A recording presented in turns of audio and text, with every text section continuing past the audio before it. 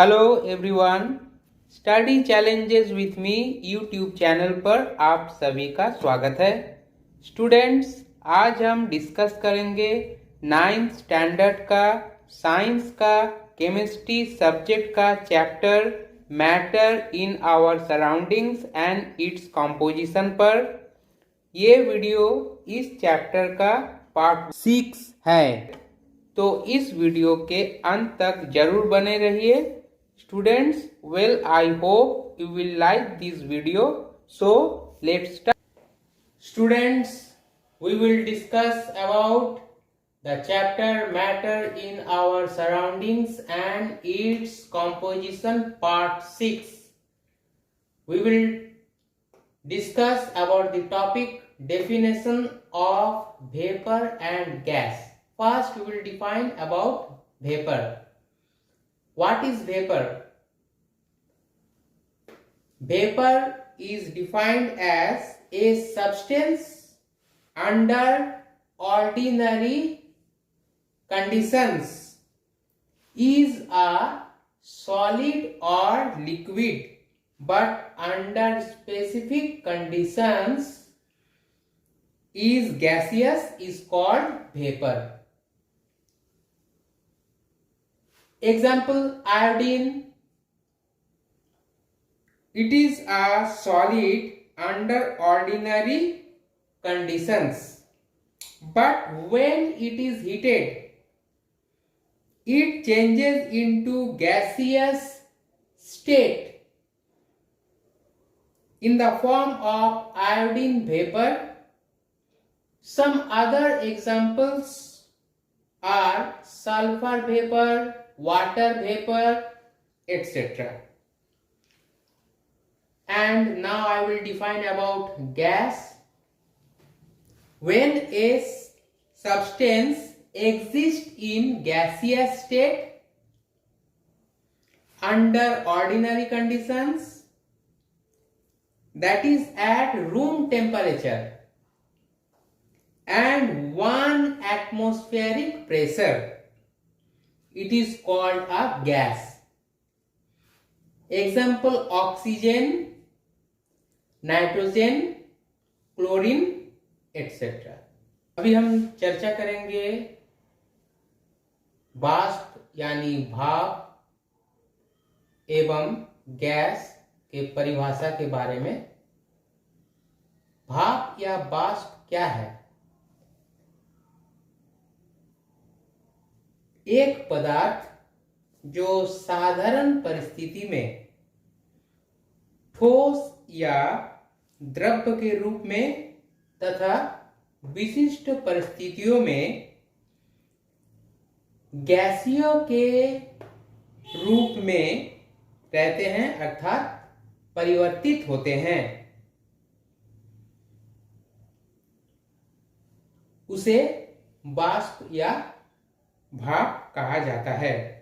उदाहरण स्वरूप, आयोडीन एक ठोस पदार्थ है साधारण परिस्थितियों में, परंतु जब इसे आयोडीन को गर्म किया जाता है तो ये परिवर्तित होते हैं गैसीय अवस्था में। आयोडीन वाष्प या भाप के रूप में। कुछ अन्य उदाहरण है भाप या वाष्प का: सल्फर का वाष्प या जलीय वाष्प, जिसे हम वाटर वेपर भी कहते हैं, इत्यादि।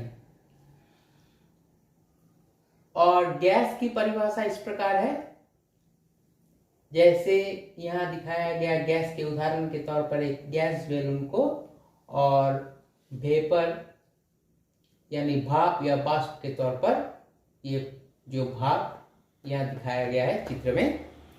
तो अभी चर्चा करेंगे गैस के परिभाषा के बारे में। तो जब किसी पदार्थ का अस्तित्व होता है साधारण परिस्थितियों में गैसीय अवस्था में, अर्थात कमरे के तापमान तथा एक वायुमंडलीय दबाव पर, तो उसे गैस कहा जाता है। उदाहरण के तौर पर ऑक्सीजन, नाइट्रोजन, क्लोरीन आदि गैस के उदाहरण है। Now we will discuss about difference between vapor and gas. Vapor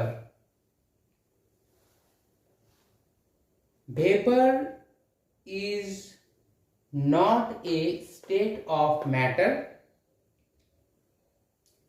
and gases are state of matter. First point about difference between vapor and gas. Second point, vapor has two or more different phases at room temperature.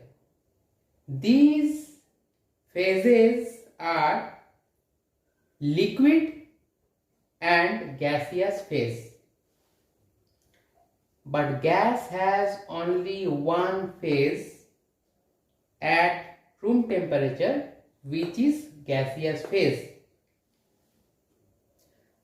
Third point, vapor has a definite shape of the gaseous particles, but gas does not a definite shape. Fourth point is vapor does not obey the gas law, but generally gas obey the gas law. Fifth point, vapor is formed by the process of evaporation, but gas is formed by the process of boiling. Sixth point is vapor is formed below the boiling point of a liquid, but gas is formed at or above boiling point of a liquid. अभी हम चर्चा करेंगे वाष्प या भाप तथा गैसों के अंतर के बारे में। भाप या वाष्प पदार्थ की किसी अवस्था नहीं होते हैं, परंतु गैसेस जो हैं वो पदार्थ के अवस्था कहलाते हैं। ये हुआ पहला पॉइंट। दूसरा पॉइंट, भाप या वाष्प में मौजूद होता है दो या दो से अधिक अलग अलग चरण, परंतु गैसों में केवल मात्र एक ही चरण मौजूद होता है, जो होता है उसका गैसीय चरण। और भाप या वाष्प में दो अलग अलग जो चरण मौजूद होते हैं वो है द्रव तथा गैसीय चरण। तीसरा पॉइंट है, भाप या वाष्प के एक निश्चित आकार होता है, परंतु गैसों का कोई निश्चित आकार नहीं होता है। चौथा पॉइंट, भाप या वाष्प गैसों के नियम तथा कानून को पालन नहीं करता है, परंतु गैसेस जो है वो गैसों के नियम तथा कानून को पालन करता है। पांचवा पॉइंट है, वेपर यानी वाष्प या भाप का निर्माण होता है बाष्पीकरण प्रक्रिया के द्वारा, परंतु गैसों का निर्माण होता है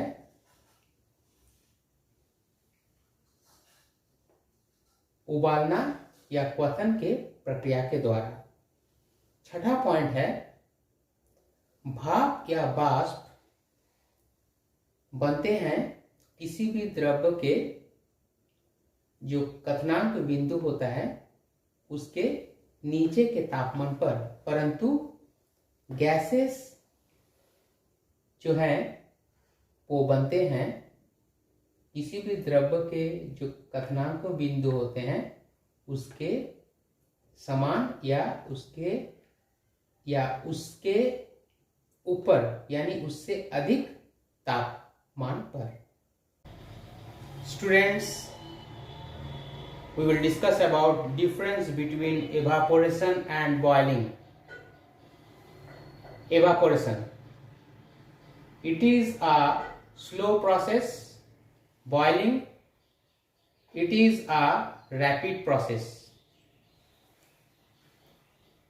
It takes place at the surface of the liquid. Boiling takes place throughout the mass of the entire liquid.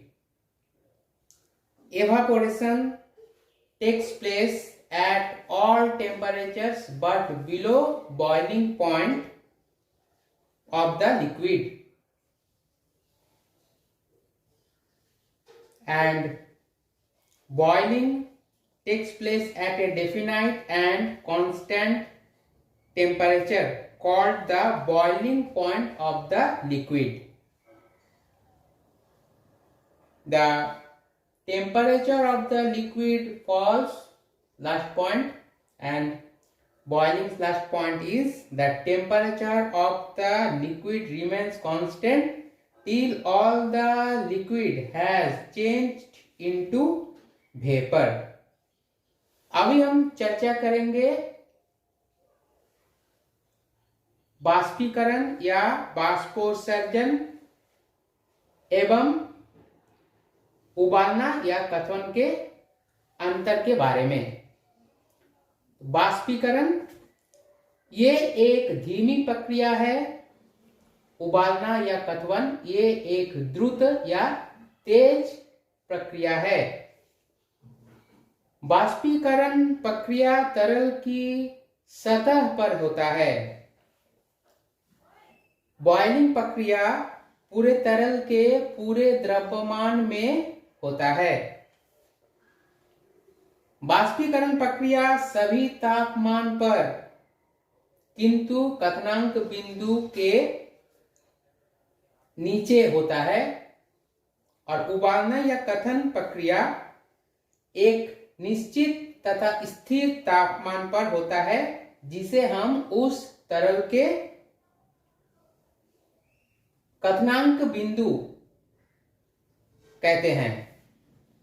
और आखिरी बिंदु है इस यानी बाष्पीकरण प्रक्रिया में तरल की तापमान गिरते हैं, और कथन या उबालना प्रक्रिया में तरल का तापमान स्थिर रहता है तब तक जब तक संपूर्ण तरल बाष्प या भाप में परिवर्तित हो जाता हो।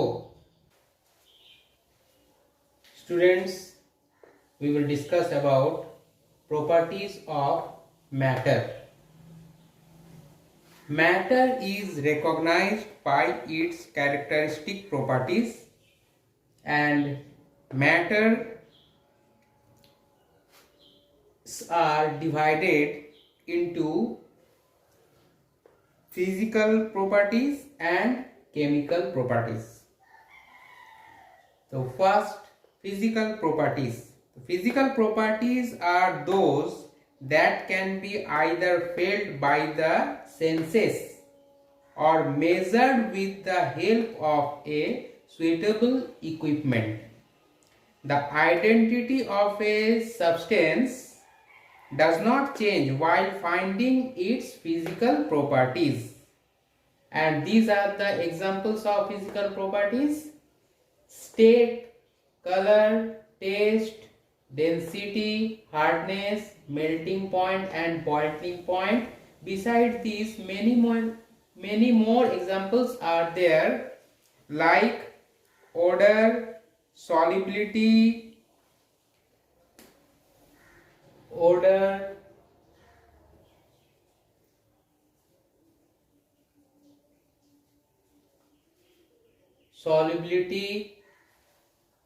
rigidity,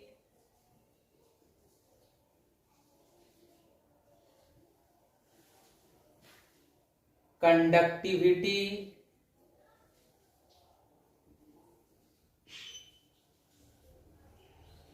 thermal and electrical both conductivity, and magnetic properties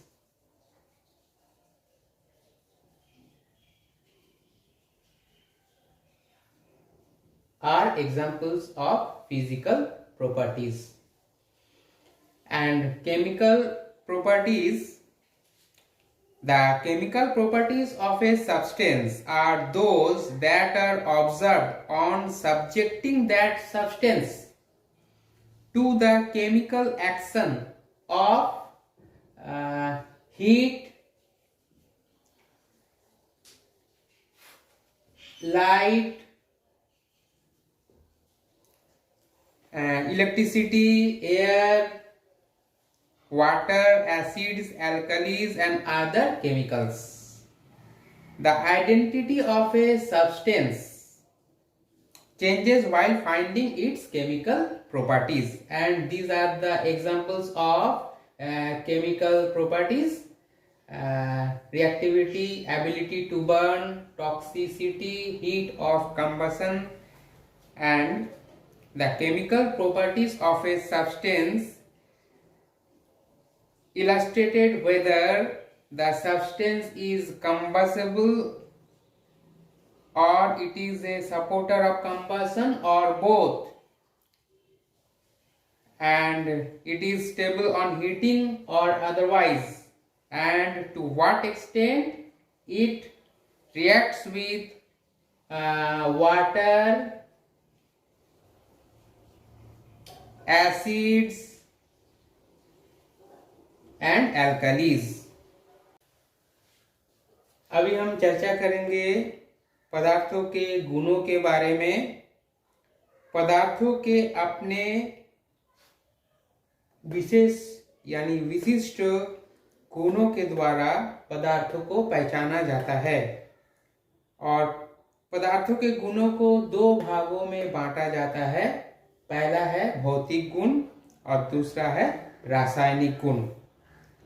भौतिक गुण वह गुण होते हैं पदार्थ के जिसे हम अनुभव कर सकते हैं अपने ज्ञानेंद्रियों के द्वारा तथा किसी उपयुक्त यंत्रों के द्वारा परिमाप कर सकते हैं, और पदार्थों के भौतिक गुण को खोजने के दौरान इसके पहचान में कोई परिवर्तन नहीं होता है। तो ये पदार्थों के भौतिक गुणों के कुछ उदाहरण हैं, जैसे अवस्था, रंग, स्वाद, घनत्व, कठोरता, क्वथनांक बिंदु और गलन बिंदु। इसके अलावा भी कुछ और उदाहरण है पदार्थ के भौतिक गुणों के बारे में, जैसा कि गंध, द्रवणीयता, कठोरता, संवहनता, तापीय एवं विद्युतिक दोनों तरह की संवहनीयता, और मैग्नेटिक प्रॉपर्टीज यानी चुंबकीय गुण। Melting point and boiling point, solubility, and another one is specific gravity of a substance can be determined easily and exactly, and so they are called physical constants. तो ये जो मेल्टिंग पॉइंट यानी गलन बिंदु है या गलनांक है या क्वथनांक तथा द्रवणीयता, और एक है विशिष्ट गुरुत्व, किसी भी पदार्थ का हम आसानी से और उपयुक्त रूप से निर्धारित कर सकते हैं, और इन सभी को कहा जाता है भौतिक स्थिरांक। अभी हम चर्चा करेंगे पदार्थों के रासायनिक गुणों के बारे में। किसी पदार्थ के रासायनिक गुण वह गुण होते हैं जो उस पदार्थ की रासायनिक क्रिया के विषय में, जैसे गर्मी की क्रिया या प्रकाश की क्रिया, विद्युत, हवा, पानी, अम्ल, क्षारीय तथा दूसरे रासायनिक की क्रिया के विषय में अवलोकन कर सकते हैं, और पदार्थों के रासायनिक गुणों को खोजने के दौरान इसके पहचान में परिवर्तन होता है। और ये कुछ रासायनिक गुणों का उदाहरण दिया गया है, जैसे क्रियाशीलता, जलने में क्षमता, विषाणुता और दहन इत्यादि। I will discuss about law of conservation of mass. What is law of conservation of mass? The law of conservation of mass was given by A. Lavoisier, and it states that mass can neither be created nor destroyed in a chemical reaction. Another definition of law of conservation of mass is during any change, physical or chemical, matter is neither created nor destroyed. However, it may change from one form to another. From this diagram, we can see here, it is a test tube fitted with rubber cork, and reactant calcium carbonate is taken here. If we apply heat on calcium carbonate, it will decompose to give calcium oxide and carbon dioxide.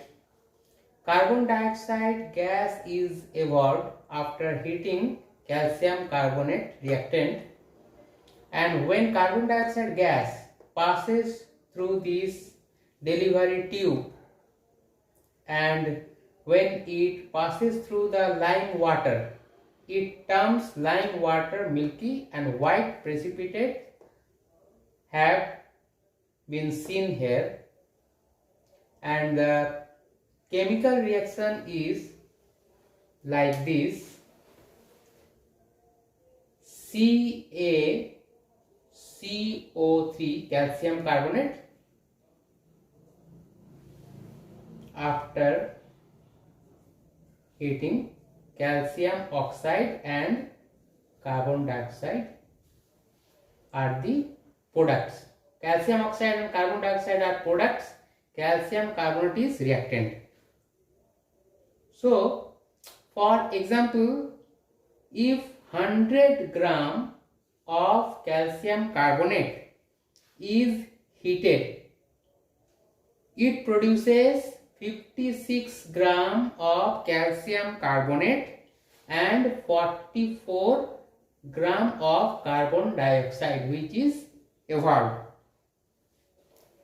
Thus, the total mass of reactant is equal to the total mass of the product, and it obeys the law of conservation of mass. चर्चा करेंगे द्रव्यमान संरक्षण नियम के बारे में। द्रव्यमान संरक्षण नियम का आविष्कार करता थे एंटोनी लेवोजियर। द्रव्यमान संरक्षण नियम क्या है? द्रव्यमान संरक्षण नियम के अनुसार किसी रासायनिक क्रिया में द्रव्यमान का ना तो निर्माण संभव है और ना ही विनाश। इस चित्र में हम देख रहे हैं कि अभिकारक जो है वो है कैल्शियम कार्बोनेट, जिसको गर्म किया जा रहा है, और अभिकारक कैल्शियम कार्बोनेट गर्म करने पर कार्बन डाइऑक्साइड गैस निकल रहे हैं, और जब इस कार्बन डाइऑक्साइड गैस को हम लाइम वाटर से यानी चूने का पानी से जब इसको प्रवाहित करेंगे तो सफ़ेद प्रेसिपिटेट यहाँ उत्पन्न होगा, और ये चूने का पानी को ये कार्बन डाइऑक्साइड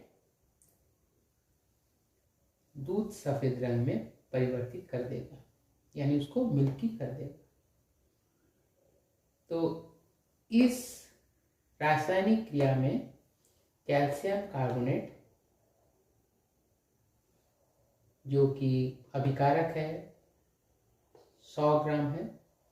जब इस अभिकारक कैल्शियम कार्बोनेट को ऊष्मा प्रदान किया जाता है तो ये कैल्शियम ऑक्साइड और कार्बन डाइऑक्साइड में टूटते हैं। कैल्शियम ऑक्साइड 56 ग्राम और कार्बन डाइऑक्साइड 44 ग्राम, यानी ये जो दोनों उत्पाद हैं इसको यदि हम जोड़े तो ये जो अभिकारक है इसके द्रव्यमान के समान होता है। तो इससे हम कह सकते हैं कि द्रव्यमान दोनों तरफ बराबर है, अभिकारक और उत्पाद दोनों ही तरफ। अतः हम कह सकते हैं कि द्रव्यमान का ना तो विनाश संभव है और ना ही इसका निर्माण संभव है। तो ये जो रासायनिक क्रिया है ये द्रव्यमान संरक्षण के नियम को पालित करता है।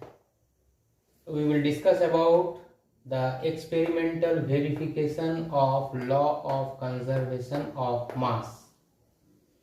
The experiment is done in a specially designed H-shaped tube called Landolt tube. Sodium chloride NaCl is taken in one limb of the tube while AgNO3 silver nitrate solution is taken in the other limb as shown in the figure. Both the limbs are then sealed and the tube is wetted. Now the tube is inverted so that the solutions can mix up together and react chemically. The reaction takes place and a white precipitate of silver chloride AgCl is obtained, and the reaction takes place like this.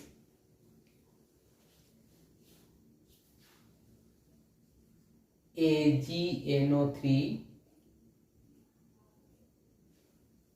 plus NaCl, AgCl plus NaNO3.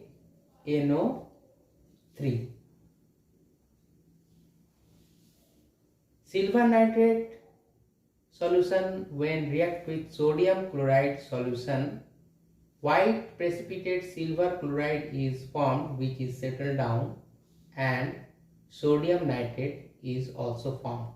So silver nitrate and sodium chloride are reactants.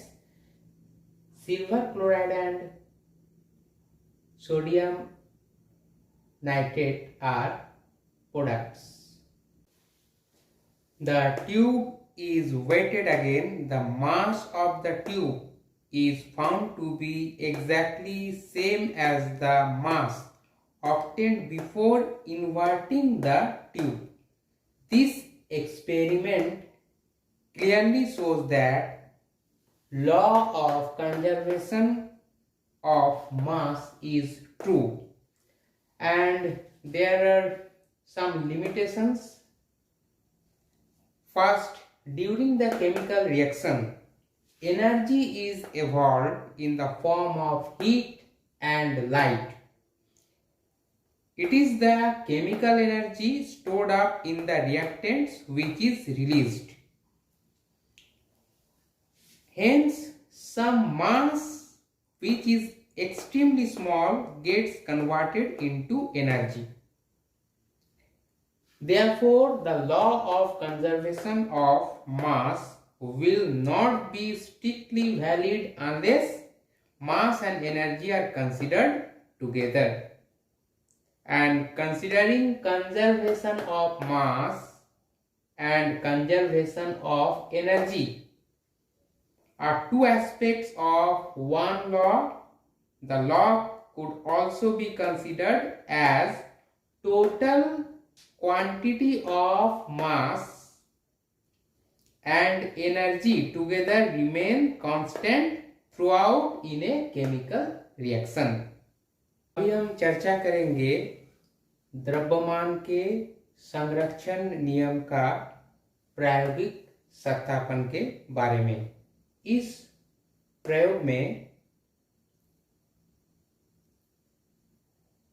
अर्थात इस प्रयोग को किया जाता है एक विशेष रूप से बनाया गया H आकार के परखनली के द्वारा, जिसे लैंडोर्फ ट्यूब के नाम से भी जाना जाता है, जो इस चित्र में दर्शाया गया है। इसमें ट्यूब के एक अंग में सोडियम क्लोराइड का द्रवण तथा ट्यूब के दूसरे अंग में सिल्वर नाइट्रेट का द्रवण भरा जाता है।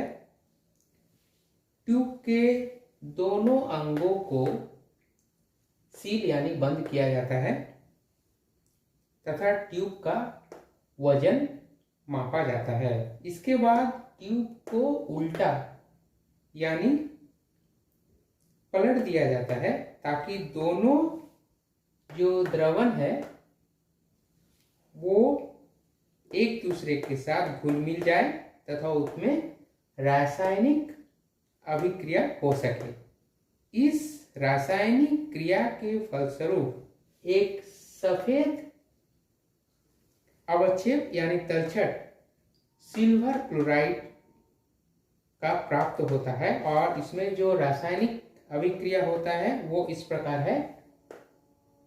Silver nitrate plus sodium chloride, silver chloride, सफेद तलछट और सोडियम नाइट्रेट। ट्यूब को फिर से वजन किया गया।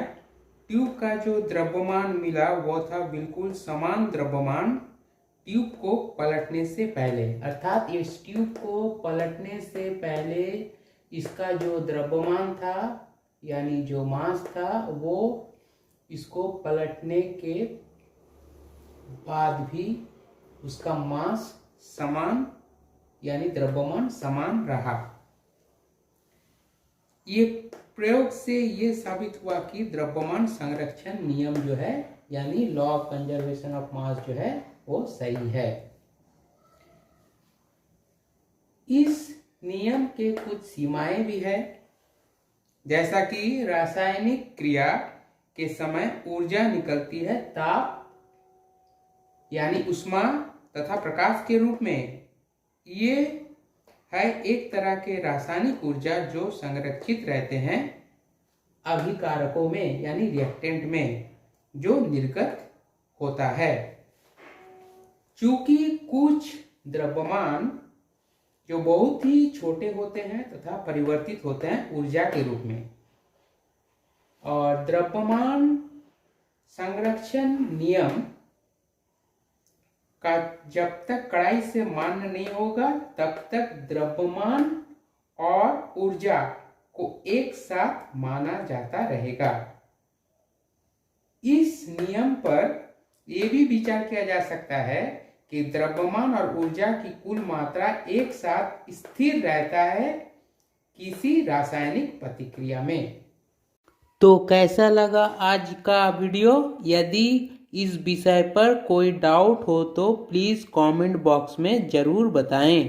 तो स्टूडेंट्स प्लीज़ मेरे चैनल को लाइक, शेयर एंड सब्सक्राइब करें और साथ ही नीचे दिए गए बेल आइकन को क्लिक करें ताकि मेरे अगले नए वीडियो का नोटिफिकेशन आपको मिले सबसे पहले। Please support me. Thank you.